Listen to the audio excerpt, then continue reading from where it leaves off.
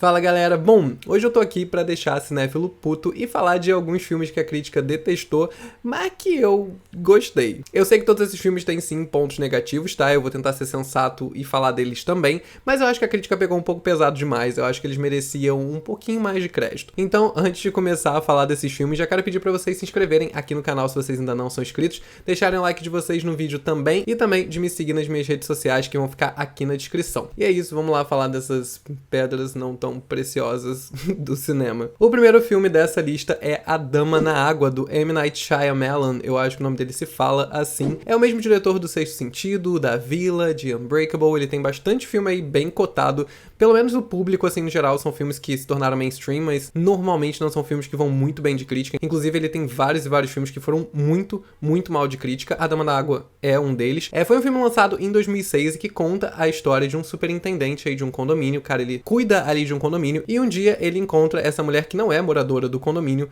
na piscina. No decorrer do filme aí a gente descobre que na verdade ela é uma ninfa da água, uma Darth. Ela tá ali meio que se escondendo de uma criatura que quer impedir ela de voltar pro mundo dela, o mundo azul, eu acho que é esse planeta azul que ela chama no filme. Inicialmente, A Dama na Água ia ser produzida pela Touchstone, que é uma marca da Disney, com a qual o Shyamalan tinha um contrato, mas o diretor do estúdio ficou ali meio confuso, não entendeu muito bem o que o Shyamalan queria com esse filme e falou, cara, não acho que a gente vai precisar mudar uns negócios. E aí o Shyamalan ficou puto, comprou os direitos do filme de novo pra ele e tentou vender pra outro estúdio. O estúdio que acabou entrando nessa furada foi a Warner, que achou que era uma boa ideia produzir esse filme e foi uma derrota de crítica. A crítica detestou o filme. Ele tem uma média, eu acho que de 25% no Rotten Tomatoes, então assim, da crítica especializada no caso. E nem mesmo entre um público assim não especializado o filme foi muito bem aceito. Porém, eu quero defender um pouco o caso da Dama na Água aqui, que é um filme que eu gosto bastante. Eu sei que o filme tem vários defeitos. Inclusive, eu queria fazer aqui uma análise que, pelo menos a minha relação com o Shyamalan no geral, de todos os filmes dele, eu não acho o Shyamalan um bom diretor. Todos os filmes do Shyamalan, na minha opinião, parecem filmes que foram feitos com pressa.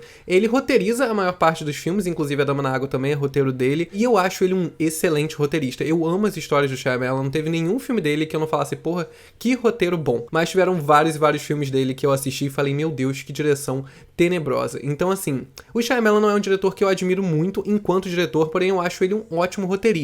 O grande problema pra mim, no caso dele, é que só ele, que dirige os filmes dos roteiros dele. Então assim, A Dama na Água tem seus defeitos, mas no geral, eu gosto muito dessa vibe de fantasia, eu gosto de toda a mitologia por trás da Dama na Água, tem todo aquele rolê da águia no final, que eu não sei, senti uma coisinha de mistério, que eu gosto muito. Eu acho um filme com muito a cara dos anos 2000, assim, ele grita anos 2000, os erros que tem na Dama na Água você pode encontrar em vários outros filmes, então, apesar da Dama na Água ter sim seus problemas, apesar de ser um filme do Shyamalan, que no geral pra mim já é um problema, ainda assim eu acho que a crítica pegou muito pesado com esse filme e teve coisa muito pior que passou muito mais impune pela crítica. Então assim, Dama na Água merecia um pouquinho menos de surra. Merecia um pouquinho de surra, mas um pouquinho menos. Continuando com a lista, a gente tem um filme que não foi muito bem de crítica especializada, porém criou-se um fandom e as pessoas defenderam esse filme, inclusive deram alguns prêmios aí de voto popular grandes pra esse filme, que foi A Casa de Cera, de 2005. A Casa de Cera, apesar de ter sido aí um fracasso da crítica especializada, o público no geral gostou do filme, deu alguns prêmios pro filme e deu uma bilheteria muito alta pro filme. Ele foi um dos maiores filmes de terror daquele ano e sem nenhuma dúvida um dos maiores filmes slasher dos anos 2000. Inclusive, Casa de Cera é muito um daqueles filmes que se a pessoa quiser conhecer o gênero slasher, eu provavelmente recomendaria assistir. Pra quem não conhece o filme, ele conta a história aí de um grupo de jovens que vai lá pra uma cidade meio abandonada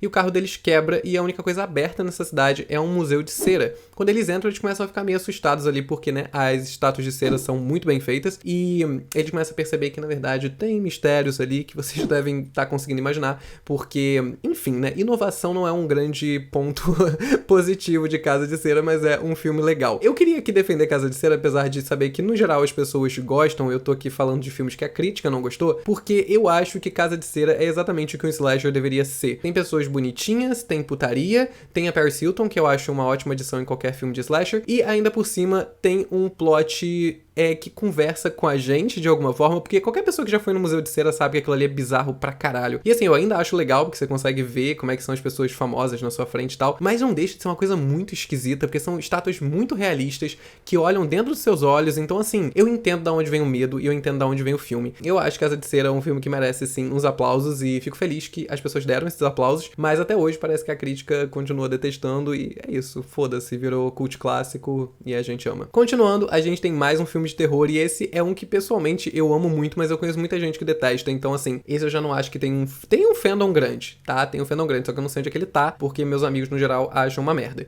Que é A Casa dos Mil Corpos, do Rob Zombie, que foi o primeiro da trilogia Firefly, né? Que teve A Casa dos Mil Corpos, depois teve Renegados do Diabo, e depois teve Os Três Infernais. Renegados do Diabo e Os Três Infernais foram filmes que receberam críticas bem positivas, no geral, assim, pelo menos pro estilo de filme que eles são, eles foram muito bem elogiados, mas A Casa dos Mil Corpos continua lá sendo escorraçado pela crítica, com 20%, eu acho, de aprovação no Rotten Tomatoes, então assim, foi um filme que não foi muito bem. Eu particularmente acho A Casa dos Mil Corpos um filme muito extrato do Halloween, só que não daquele Halloween levinho. Tem personagens muito icônicos, tem momentos muito icônicos, tem cenários icônicos. Eu acho que A Casa dos Mil Corpos tem muito mais potencial de ser um cult clássico do que... Inclusive eu acho que é, um pouco, tá? Vou até fazer esse PS aqui. Mas eu acho que tem muito mais potencial do que vários outros filmes que as pessoas transformaram em cults clássicos de Halloween. Como até mesmo o próprio Halloween. Eu acho que A Casa dos Mil Corpos tem mais a essência do Halloween do que muita produção famosa. Fuck your mama!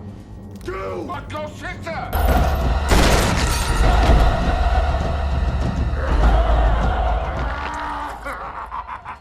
Most of all, fuck you! Basicamente conta a história aí de um grupo de amigos também, né? A gente sempre começa por aí. Que vão parar numa paradinha de estrada ali, acabam conhecendo esse cara que... a gente depois descobre que é o Captain Spaulding, e ele basicamente embosca esse grupo, são dois casais, pra levar eles pra essa casa deles de diversões macabras no Halloween, onde eles têm que sobreviver até o final da noite. Nesse processo tem muita coisa incrível, tem muita coisa tenebrosa, é um filme muito doente, é um filme muito pesado. A produção do filme é relativamente baixa, não é tão baixa assim, porque o filme é bem produzido, mas baixa perto pelo menos dos próximos da trilogia, né? É o mais barato da franquia, claramente. E foi um filme que levou 3 anos pra ser produzido, porque até mesmo a produtora do filme não acreditou muito nele. Inicialmente ele ia ser produzido pela Universal, que depois de filmar algumas cenas, achou que algumas coisas iam ser pesadas demais, que algumas coisas não iam ser muito bem aceitas pelo público e que eles não iam querer associar com a Universal. Então eles meio que cancelaram a produção do filme e o Rob Zombie teve que ir pra outra produtora. A Lionsgate acabou sendo a que escolheu o projeto, né? Escolheu continuar investindo no projeto e que viabilizou que A Casa dos Mil Corpos saísse 3 anos depois do início da gravação. O filme ainda tem muita referência aos anos 70 e os anos 80, então assim, que se você curte filmes de terror dessas décadas, eu acho que você vai conseguir achar alguma coisinha ali no meio pra gostar e pra se apegar. E assim, gente, Captain Spaulding, puta que pariu, todo mundo conhece esse personagem, tá? Não vem dizer que vocês não conhecem, não. Vocês podem nunca ter assistido o filme, vocês podem achar o filme uma merda, mas que Captain Spaulding conseguiu ganhar seu espacinho ali no hall da fama dos ícones de terror, ele conseguiu sim. Continuando, a gente tem um dos meus filmes favoritos, e possivelmente de todos que estão aqui, um dos que foram pior de crítica, que foi Sucker Punch, um projeto escrito, produzido, dirigido, tudo ido pelo Zack Snyder, tá? Todo mundo agora conhece Zack Snyder porque ele fez Liga da Justiça, mas ele já tem os projetos aí passados que eu gosto bastante também, como 300, enfim. Zack Snyder é meio que o rei do chroma key, do CGI, ele taca efeito especial em tudo, eu acho que não teve nenhum filme do Zack Snyder que não foi gravado inteiramente num chroma key, e aí algumas pessoas não gostam disso, porque acham que o filme fica parecendo um videogame, e inclusive foi uma das críticas principais de Sucker Punch. Então, vou conversar um pouquinho com vocês aqui sobre Sucker Punch. Eu já fiz um vídeo há um bom tempo atrás explicando a história de Sucker Punch que muita gente não entendeu. Não quer dizer que você vai gostar do filme porque você entendeu a história, mas ainda assim, vale a pena entender porque às vezes dá uma segunda chance. O filme foi lançado em 2011 e conta a história de uma menina que é enviada para um hospital psiquiátrico, né, mesmo sem ter nenhum propósito, nenhum motivo para estar sendo internada ali, unicamente porque o padrasto dela queria ter acesso à herança dela e a única forma de fazer isso seria transformar ela em uma pessoa legalmente inapta a receber essa herança. Chegando lá, ela conhece um grupo de meninas que vivem uma fantasia. Elas vivem como se elas estivessem num cabaré e fizessem danças para caras ricos para poder sobreviver lá dentro, e basicamente essa fantasia que mantém elas sãs o suficiente para sobreviver lá dentro. E aí essa personagem que você acompanha meio que tem que se desdobrar para poder entrar nessa realidade delas e viver essa fantasia com elas. O filme tem muitas e muitas cenas de efeitos especiais incríveis. Eu acho que visualmente ninguém nunca criticou Sucker Punch. É um filme que é um puta show visual, principalmente lembrando que é um filme de 10 anos atrás, então assim, hoje em dia a gente tem blockbusters saindo que não tem a produção e a qualidade dos efeitos especiais de Sucker Punch. Eu achei muito, muito, muito incrível, principalmente as cenas de luta do filme, que pra mim são sempre as cenas mais toscas de qualquer filme. Sempre que a galera quer fazer filme muito bem produzido, eles esquecem que na cena de luta não dá pra você pendurar a galera num cabinho e ficar subindo as pessoas num cabinho, sempre fica feio. E no Sucker Punch eles não fizeram isso, eles fizeram tudo de CGI, então assim, foi um filme que me chamou muita atenção quando eu vi, pela história que eu acho bem interessante, e pela trilha sonora do filme também, que é um detalhe que pouquíssima gente reparou o quanto que ele foi bem trabalhado. Mas as letras das músicas de Sucker Punch são muito incríveis, são todas músicas que já existem, né? Que foram boa parte delas regravadas pelas próprias atrizes, né? Já que a gente tá ali passando um filme dentro da cabeça delas, é muito legal que o Zack Snyder teve o cuidado de pedir pra elas regravarem e fazer uma versão própria na perspectiva da personagem daquela música. Sweet dreams are made of this. Who am I to disagree? Sucker Punch é um filme que mistura muito e dá o ritmo das cenas de luta e das cenas de ação com as músicas que estão tocando, então ele é um filme que mescla muito a parte sonora do filme com a parte visual, realmente, assim, é um trabalho muito legal, mas eu entendo que tem alguns pontinhos ruins. Um dos pontinhos ruins é essa questão do filme ser muito, muito, muito digitalizado e muito computadorizado, e eu sei que isso tira um pouco da parte mais intimista e mais, que sei lá, que você consegue se identificar um pouco mais no filme, ele fica um pouco distante de você, e de fato parece um videogame, mas não é um ponto que me incomoda muito, mas eu entendo que incomoda algumas pessoas, e acho que o ponto principal que eu mais me chateio quando eu penso que eu gosto muito desse filme, e eu entendo as críticas nesse sentido, é a abordagem meio hipersexualizada que eles fizeram das personagens. Elas são todas muito, muito sensuais, elas são todas colocadas em situações meio deploráveis e em situações de assédio, então assim, é um filme que coloca realmente a mulher numa posição bem errada. Tenta, obviamente, falar que isso é um problema, mas não foca tanto nisso. Então, no final do filme, eu acho que fica a parte sexualizada lá e você sabe que ela é errada, mas não tem nada no filme, nenhum plot que necessariamente fale sobre isso e debata isso. Então, acho que isso é um pouco errado. Se quer falar dessas pautas, você pode falar. Elas existem no mundo, mas, assim, é muito importante que você tenha um contraponto que mostre que aquilo é muito absurdo. E eu sinto que isso faltou um pouco em Sucker Punch. Mas eu ainda acho que o filme tem muito mais coisas positivas do que as pessoas repararam. Inclusive, ele tem só 22% de aprovação no Rotten Tomatoes, que é uma nota bem baixa. Por último, eu vou falar do filme que tem a pior nota que eu pessoalmente já vi no Rotten Tomatoes. Ele tem 4% de aprovação. E assim, é o filme que eu mais fico nervoso de dizer que eu gosto, porque eu sei que ele tem muita coisa errada. Então eu já quero começar esse momento do meu vídeo dizendo que eu sei que esse filme tá muito errado, em muitos sentidos. Mas ao mesmo tempo, eu acho que tem alguma coisa ali. E tem alguma coisa ali que vale a pena a gente pegar. Esse filme é para maiores. Para maiores. Eu já tô vendo as pessoas muito putas comigo em casa agora, porque eu vou defender para maiores, tá? Vamos lá, com calma. Quem não conhece Para Maiores, vou te explicar qual que é o rolê do filme. O filme, ele conta com 14 sketches de comédia, e o que mais chamou atenção em Para Maiores, quando ele, começou a fazer o material aí de divulgação do filme, foi a questão do elenco. O elenco desse filme é surreal de gigante, tipo assim, e não é gigante de pessoas famosas, é tipo Hugh Jackman, Kate Winslet, que é vencedora de Oscar, Uma Thurman, Halle Berry, que também é vencedora de Oscar, Elizabeth Banks, Gerard Butler, muita gente, tem muita gente, tipo Emma Stone, vencedora do Oscar também, é só os top do top que estão nesse filme. E muita gente ficou tipo, cara, por que tanta gente aceitou participar desse filme, né? Mas aí eu tenho, não vou dizer a resposta, isso soaria prepotente, mas eu vou dizer que eu tenho uma teoria de por que as pessoas aceitaram participar desse filme, que eu acho o tipo de humor desse filme muito genial. Não tô dizendo que o conteúdo das piadas é necessariamente muito engraçado e correto, mas eu tô dizendo que eu acho o tipo de humor do filme muito engraçado. É meio que o tipo de humor que você encontra nessas animações adultas, tipo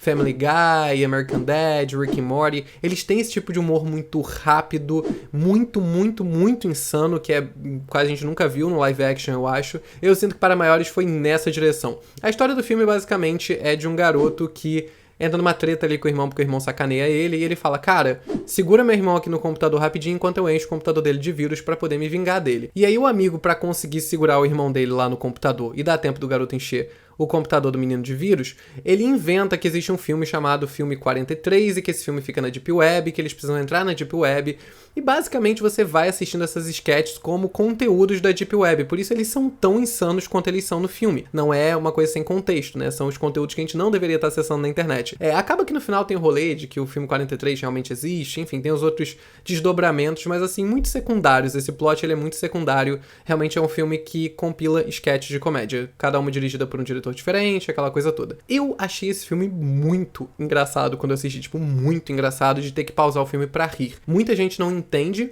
o porquê. Eu consigo observar algumas das sketches que são muito problemáticas, eu acho que teriam algumas piadas que eu tiraria com certeza do filme hoje em dia, acho que ele não teria essas piadas hoje em dia, Mas assim, no geral, na maioria das sketches, eu não acho que elas são problemáticas, eu só acho que elas são extremamente idiotas e nojentas.